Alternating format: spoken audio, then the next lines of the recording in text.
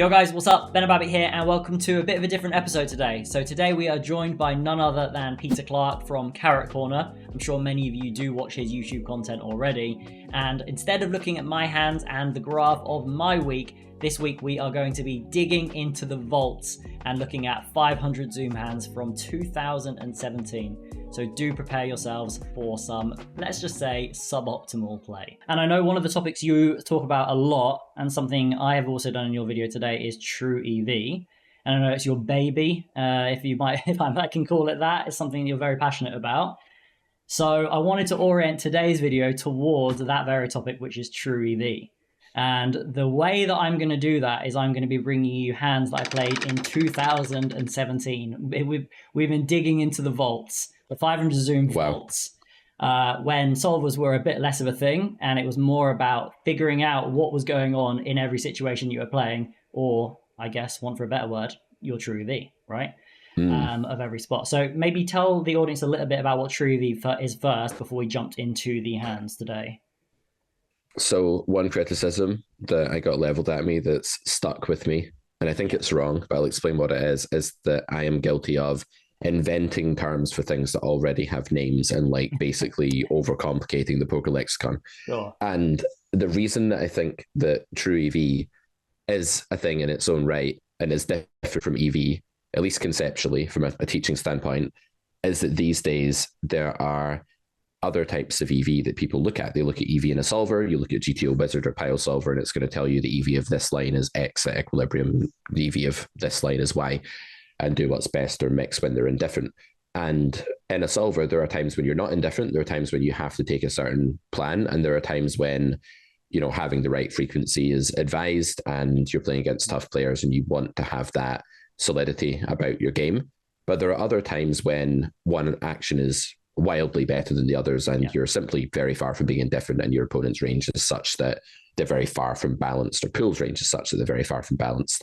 And you want to actually genuinely ask yourself, you know, knowing the theory that you know and knowing how they differ from it, what is the best thing to do? And the whole premise with True EV is just that you're not indifferent. One line is better than the other. And if you can find it consistently, you're going to have better results than you will if you pretend that you're indifferent in lots of spots where you're not. That's the idea. So yes, True EV is EV. We do literally mean EV by it, but we're trying to open the student's eyes to the real world, the population, the environment they're in, rather than just like reading off of a solver. That's the idea.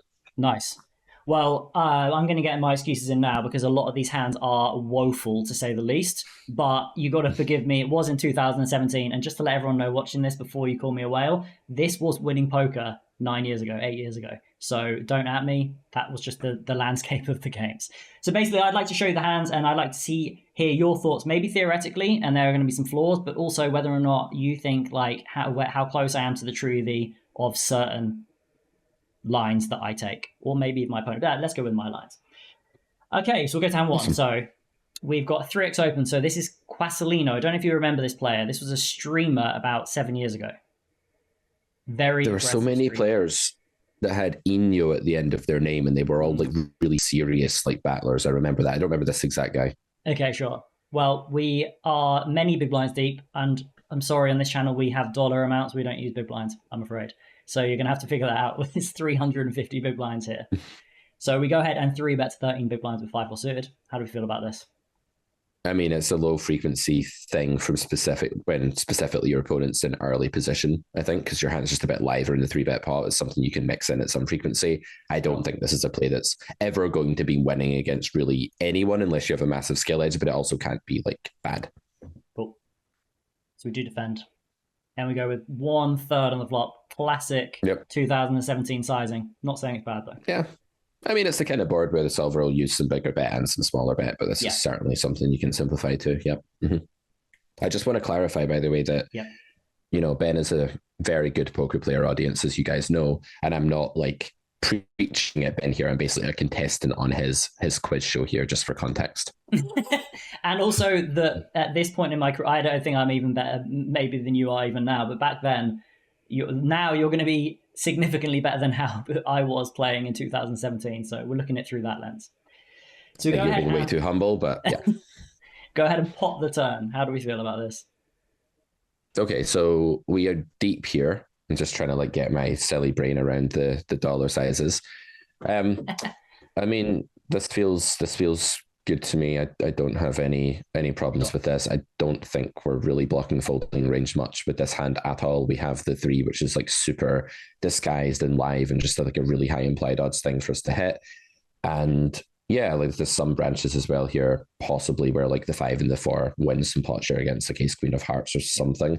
I mean, the question is sizing, right? It's like how to build at this SPR, and having like a bet that's bigger than normal when you have a big nut advantage and your opponent has very few sets on the texture seems legit. So this is okay.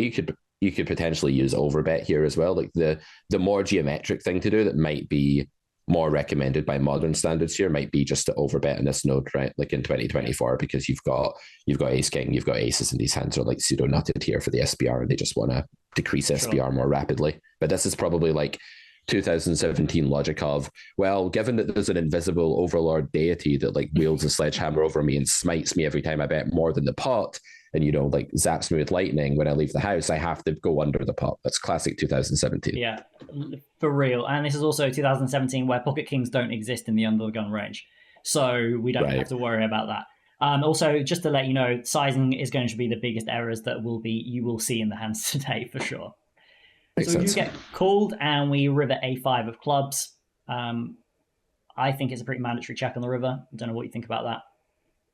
We still have pot share against some of villain's check back range. Not very much of it, but if there's any pot share for the line of check in a triple barrel node where like villain's called twice and you don't just have surplus fold equity on the river, then check seems like the thing that you've got to do.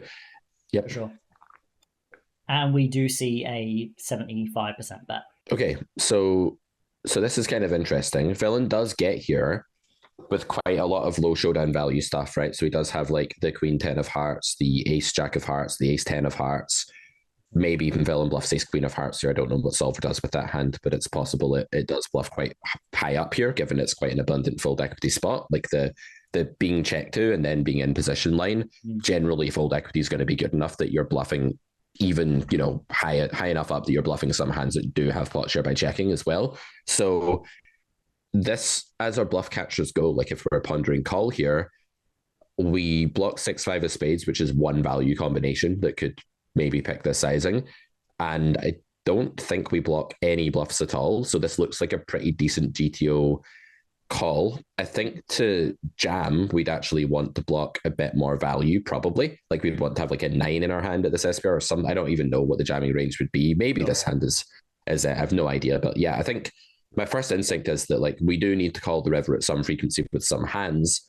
While I would rather have a king, I'm not sure we're checking a king all that often on the river, maybe something like king jack, but then the jack is going to block some bluffs as well. So this doesn't strike me as that much worse a call than something like a king would be. So I'm on board with call here from a true EV lens.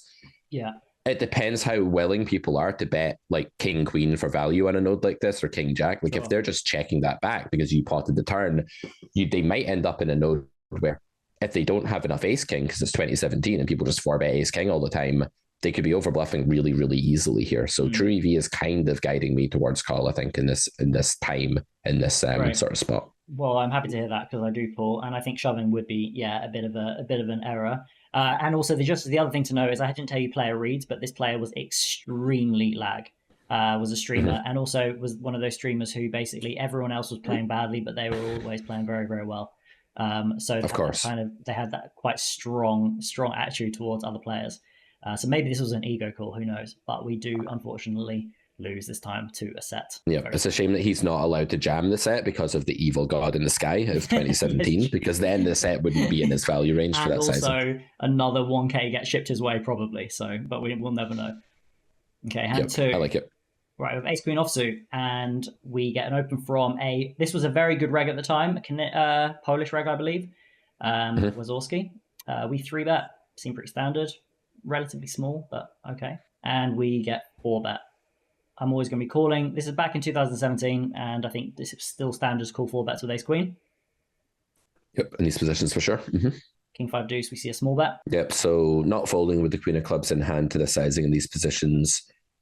I guess call is probably the main frequency play. Equilibrium raise is probably something you can do because you're happy to felt your king X and your king X do get some denial in this spot. So you're probably allowed to mix a bit of raise. I think with the queen of clubs, you raise more than with the ace in this spot, because I think like you don't want to get blown off of the backdoor nut flush draw, but the second one is okay. I'm sure I've seen that pattern somewhere in this SPR, but I might be misremembering though. Yeah, and it's also dependent whether or not you want to play small raise and all in here, or whether or not you just want to have all in. I think that both strategies are kind of absolutely fine here.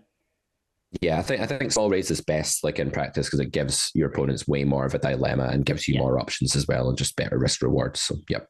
Yeah. So we do call 8 of hearts. Check, looking to just check forward versus any bet on the turn, I'm assuming. Mm-hmm. Yep. 10 of hearts. Yeah, so the 10's going to degrade showdown value a little bit. It's also going to hit some stuff in your range, giving you some more value bets. You probably have very limited showdown value on this node, and that like you win against like ace 4 that doesn't either bet turn or river, which feels like a bit of a stretch. So I'd be quite surprised if you check here and actually show down with this hand. So the general pattern here, just for the audience watching, is that when you have filtered your range by calling a flop bet and then it goes check, you're in like what we'd call in the Carrot Poker School a mandatory river blunder theorem spot, where if you don't bluff the river, like you're doing something wrong. And even if this hand shows down for a little bit of the pot, the fold equity here is probably sufficient that you need to find some bluff sizing. The question is, like, do you want to play block here? Like, what would you do if you had jacks? Would you want to play like a quarter pot or something? Maybe. Do you want to play all in here? Well, yeah, because you have 8s and you have 10s and you have king, queen and stuff that probably just wants to ship it. So I don't really know what I prefer. I want to bet some sizing, but I don't have a massive preference between whether this is like a rare block or maybe a more common all-in sizing. Sure. Well, this is 2017. 2024 Ben agrees with you, but 2017 Ben disagrees. So we went for the check. And we faced shove, and we do the shove. Call. And we call. How do you feel about this hand? Not so positive, Ben, like compared to the last one. I think my problem here is that, just to let you know. I love that you bring these to the table, because like this one is a little bit dicey, because like I don't think we have a bluff catcher here. I think we have like a bluff chopper of some description, right? Where like villains bluffing ace queen at some frequency, although that should usually just call pre, but then who knows? It's 2017. Were people quite polar back then with all of their pre-flop stuff, actually, now that I think about it? And you, so So they don't actually have ace queen on this node, so we don't have that fear, but who knows? Yeah, I think we're just we can put I think it's okay. It's okay to say I'm playing terribly, and there's a reason I brought the hands that I brought today, and there's a reason I'm doing 2017 hands, so that I can disregard that as me, and it's not. It was so long ago that it can't possibly be me. I mean, we're certainly grossly overcalling, and we're using a questionable combo, so I'm going to go with not loving this one so much verdict. My thinking at the time was I block the most likely value combos from in position, because I remember this hand because I posted it to every single person that would listen. And because I block ace king, and because I block aces, and because he doesn't really bluff a club, I was like, okay, well, it's time to go. We got to get in there. By the way, this was a very, very big winning reg as well, which I don't know if that changes, but you can see the polarity of the 4-bet in the 6-4 suited carnage play. Wow. Well, he did understand at the SPR maybe that like the double gutter has to check back turn because it's realizing too hard by checking, which is impressive for 2017. But the 4-bet 6-4 suited pre, I guess it's just like pre-solvers that ran pre-flop sims. So we didn't actually know how big a deal it was to block so many folds and like not block any continues, basically. That's probably the troll hand of all the hands. There are some silly ones, but that's kind of ridiculous. This is actually a very interesting one. So we get open from a very good Argentinian reg, aggressive Argentinian reg, TTS zone, and we call. We see King 8-3 rainbow, check and small. How do we feel about our options here? Yeah, you can raise, you can call. It doesn't matter as long as you're playing like a relatively small raise. You can do it at quite high frequency. Yep. Looks like I've gone 70% pot. Pretty impressed with my sizing. Right. So what do we think is the EV, the optimal line here? And also, what do we think of my sizing, which is a 2/3 pot? I mean, I think theoretically your hand is probably just about still strong enough for something like that because of the positions being like really late and stuff. It's probably all right. Yeah. I don't mind playing a block here, but it doesn't feel necessary to play a block because most of your value is better king that likes this dry turn or like set or 2-pair or something like that. So playing mainly big sizing seems like the right thing to do. in terms of true EV, I don't really know. Like, it's not clear to me whether checking is better than betting here. I'd imagine you can check and you can bet in theory, and I just don't think a good Argentinian reg is likely to be massively announced against check or against bet here. So I'm a little bit indifferent here. I know that this is a tell me the best true EV line, but sometimes it is just very unclear, right? It's like if you look at two buildings that are really similar and you're like, which one has more bricks in it, but they look super similar. Like one will have more bricks than the other, right? Yeah. But being able to actually tell which one it is might be impossible for a human just looking at like two similar houses. So you might say, well, yeah, one line probably is in real life better than the other. Like we're not in a spot where you're literally indifferent, but trying to unearth that is just too murky a process for a human to do in 15 seconds. And it's not worth it, right? So yeah, I think I agree with you. And I think the main thing I would take away from this, from my turn sizing, is that I'm not, that my hand is almost too thin for the sizing. And I am, it's funny how I remember these hands very, very well, but like, I remember thinking that like, they're a really aggressive Argentinian reg, and this is going to be a fist pump. I have to bet my hand every single time, which is obviously just very, very level one thinking. So we do get I guess we didn't quite realize like out of position, you can slow play because they can bet. Like that was something that solvers taught us more, right? Absolutely, yeah. And we see a 9 of clubs on the river. So what do we think about our options here? I think I'm checking. After we've bet turn big and landed on this node, we've just filtered villain so many times that I just don't think there's. You might be able to bet really small, like a fifth pot or something, but do you want to try and mess with that? Do you want to build that into your strategy against a good reg? Are you just going to get owned? There's a lot of sort of problems there from a construction point of view. In terms of true EV, I think you probably just check and try to figure out whether they're over bluffing or under bluffing. It will be a challenge for anybody to bluff enough in this spot because they've just filtered twice on a board that doesn't contain natural air. So if the board was double flush draw or double straight draw or whatever, loads of like gutter in position, you know, they call turn wide enough that they can reach a bluff frequency on river. But the line that's actually jumping out at me here is check folding, as meek as that sounds, because I just feel like it'll be an underbluff spot if we check. So in true EV terms, I'm not check calling, I'm not betting big. I'm either blocking and trying to figure it out, or I'm check folding.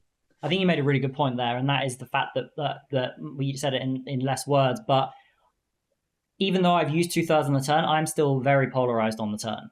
And now that I arrive in this node, when I'm in a fast play node and then I check, I'm naturally going to be over check fold in the river. And I think in this situation here, like I personally think the blocks I need to be using block on the river as my sizing, because when I do check, I am just meant to be check folding. But in game, I actually did check, and we do see an overbet shove.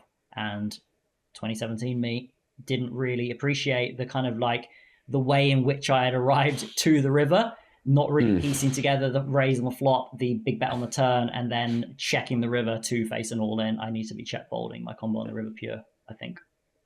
Yeah, I think it's one of these spots where like if the guy is literally a solver, he's like a god. He will just like find the bottom of his range and he will turn it into a bluff anyway, knowing that you have to fold like a bunch of combos like this. Exactly. But in reality, I think most humans' default reaction is just like, well, I called twice. Villain has a load of give ups. I win against the give ups. I'm going to check back and win. And that's the way they're going to think about it with like, I don't know, 8-7 or whatever the bottom of their range actually is in this spot, or like some 3x or something like that. And obviously I do call, and we do lose to ace king this time. Yeah, and he gets green light when you check river because you, as you said, you're polar versus condensed, and you do just have to fast play all of your good combos. So you might think, well, is he allowed to value bet there? You see a lot of like my students would check back there that they're playing micro stakes and stuff, and the answer is you just need to recalibrate your hand strength when you face that very sort of telling river check. This player used to win thousands and thousands and thousands of dollars off me as well, just completely owning me in situations where they just knew when I was capped and when I was just going to check call, because of my strategy. My approach was just very, very two-dimensional, which again was winning, but like this player was very, very exceptionally good at the time. Yeah. The other point I just quickly want to make there is that if you do block, it probably increases villain's bluff frequency a lot because they begin to feel a bit more like a cornered animal, right? With their showdown value, they begin to feel like, well, I'm probably getting milked here. Calling is not that attractive, but folding isn't either. And some players, not everyone, but some players can over bluff against block here, but not against check. It's one of those weird situations, I think. Absolutely. And actually, there'll be a hand in a bit that demonstrates that perfectly. Okay, so we are 260 big blinds deep, roughly. No, 260. We open and we get called by a recreational on the big blind. So this was like a relatively tight recreational, I seem to remember. Mm-hmm. Flop a set on ace queen five. What do we think about the flop size of half pot?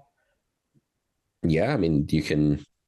It almost surprises me because I think in 2017 there was a lot of just third pot going on with range here, and then more recently, the Ace King X and Ace Queen X boards have been played, especially the Rainbow one, have been played a bit more as like, yeah, our nut advantage is worth more. Let's overbet, let's pot it, like stuff like that started happening. Yeah, I think versus recreational, I think this is a pretty big mistake. Now looking at this, I think I need to be sizing up given how deep we are and just disregarding being balanced at all. Yep. In true EV terms, I think this is definitely a spot where bigger is better. Absolutely. See a jack, and we go this sizing. So if we look at the SBR here, this feels small. Like, yeah, they can have king 10. I think the solver might like be happy with this because the nut advantage, the symmetry at the top does even out there a little bit with both people having king 10. But I think against the fish with a really big hand in a spot where like there's so much two pair and so much pair plus draw, you just want to be sizing up and overbetting here. Yep. I've undervalued my hand massively, and I'm definitely guilty for that in a lot of these hands. Or overvaluing, actually just not really appreciating the strength of my hand in different situations, it seems. Mm-hmm. Did you have overbets back then, or do you think it was like before you were really doing that regularly? There were definitely some. No, there were a lot, but a lot more potting. Pot was like my big size, because like I don't really use pot that much. No, I don't use pot anywhere near as much now as I used to. It's much more B70 overbet. Yeah, the pot is used. I use it as a flop sizing, but I don't really use it in other situations that much. It's gone out of fashion somewhat, pot, hasn't it? Yeah, exactly. Bit too mergy. And the river, I definitely will overbet here. So I do. So I'm using 150%. It seems the rare overbet with a good hand. What a shock. Okay, so my true EV lens here is kind of saying, once we make it 206 against the recreational, there is no difference between making it 220, right? Like there's probably no difference in continuance range. So this is a spot, episode 9 of True EV that's out on Carrot Corner. I think it's episode 9. Yeah, is on elasticity. And it's just the idea that like, okay, so you've decided on your rough template sizing, right? You've decided this is an overbet spot. You're not done there because there's extra EV to be eked out if you've got the brain power. Like, okay, if you're 12 tabling, maybe you don't have the freedom to do that, or you're too drained or too busy or whatever, and if that's your approach, fair enough. But if you're really trying to optimize your organic win rate in a game and you're playing like enough tables that allow you time to think, once you've landed on this being in your overbet toolkit, you then just want to turn the dial, right? Like turning the volume up in your car or whatever. You're just like turning that sizing up to a point where you don't think it's causing much extra fold equity. So where could that go to? Well, I would say if you're going to go to 206, I'd almost rather go 197 because you keep it under 200, which is going to be like some kind of like turning point, or you just want to go like right up to like 240 or something like that without causing much difference. So I'd say this is a good bluff sizing because it's just above the 200 threshold against the recreational. This is obviously hyper exploitative stuff. Yeah. And then a better value sizing would be slightly smaller or considerably bigger. Sure. And then how do we feel about this? I mean, I guess we just lose. Like it feels really, really grim. Okay, like you could make the argument that they're a fish and they can be overvaluing with two pair. That's extremely unlikely against overbet. I think villain has king 10. Basically. Okay. And there's a lot of king 10. The problem with king 10 is that it's 16 combinations unblocked, right? So it's pretty bad for you. Yeah. But also I have gone half pot, 2/3 pot. And given that we're this deep, even a recreational, do you think that they are going to be more inclined to raise? Or do you think absolutely like getting a bit giddy and excited and don't want to put any money in and let us bluff? I mean, it depends on the recreational. A lot of people will always raise king 10. Some people will never raise king 10. Yeah. I'd say that a load of the 16 combos of king 10 are gone from pool's collective range when they don't raise the turn. I'm just really struggling with what else is in this range for jamming river over and overbet. That's what's kind of upsetting me here. Very much agree with you. We did call. And we lose 2 king 10. See, I'm psychic, Ben. I knew he had king 10. I'm a psychic. It was a very, very difficult one to figure out when a recreational shots for 200 big blinds more. He could have had any hand at all, and I just chose those two cards. I knew it was the king of diamonds, the 10 of spades as well. I just didn't see. Very, very unlucky for us. Yeah, that was a big pot. How, like, this doesn't happen anymore, these massive pots. You just don't, at Zoom, you don't get these pots that are like 700 big blind, 600 big blind pots. Crazy. Yeah, and I think these days people are more like against recreationals. They almost play more exploitatively because they have these two modes, right? They have like the reg mode and the GTO mode, and then they have like their separate game for the recreational. And I think like that segregation of strategy has actually helped people like find more folds like that. Because like, okay, I'm in the rec world. I don't need to try and be solid here. I don't need to try and be balanced. Exactly.